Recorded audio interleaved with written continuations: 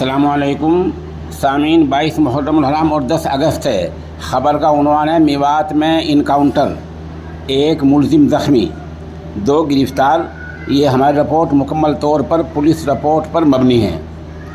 Police का कहना है कि हरियाणा में ज़िला नूह के तावड़ू में पुलिस और मुलजिमों के दरमियान आज जुमेरात के दिन मुठभेड़ हुई है, तसादुम हुआ है। नूह पुलिस ने 2 मुलजिमों को गिरफ्तार कर लिया है, एक के पैर में गोली लगी है। पुलिस अरावली की पहाड़ियों में 31 जुलाई को हुए नूह में तशद्दुद के मुलजिमों को तलाश में सर्च ऑपरेशन चला रही है। पुलिस ज़राए के मुताबिक खबर मिली थी कि 2 मुलजिम राजस्थान के रास्ते तावड़ू से होते हुए नूह में आ रहे हैं। इसके बाद पुलिस टीम ने उन्हें तावड़ू में पहाड़ी में रोकने की कोशिश की। मुलजिमों ने पुलिस पर फायरिंग शुरू कर दी।